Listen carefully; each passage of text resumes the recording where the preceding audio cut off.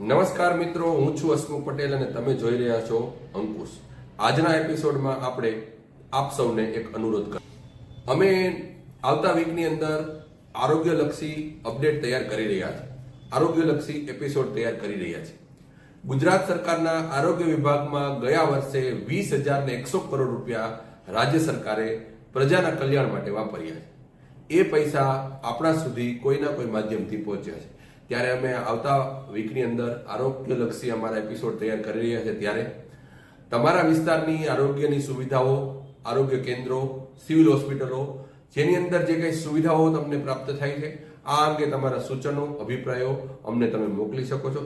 સરકારશ્રીની આરોગ્યલક્ષી યોજનાઓ વિશે આપણે વાત કરશું.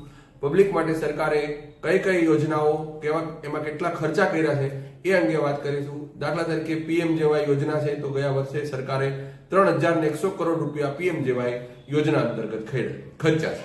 તો આ તમામ ખર્ચાઓ પબ્લિક સુધી પહોંચી રહ્યા છે કે નહીં, તમારા અભિપ્રાયો તમે અમને મોકલી શકશો. આ અંગે અમે આવતા વીકની અંદર નવા એપિસોડના માધ્યમથી પ્રજાના આરોગ્યલક્ષી અને સરકારશ્રીની આરોગ્યલક્ષી યોજનાઓને આપના સમક્ષ મૂકવાના પ્રયાસો કરીશું.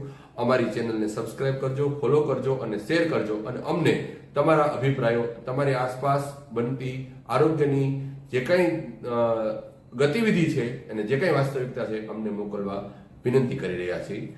નમસ્કાર.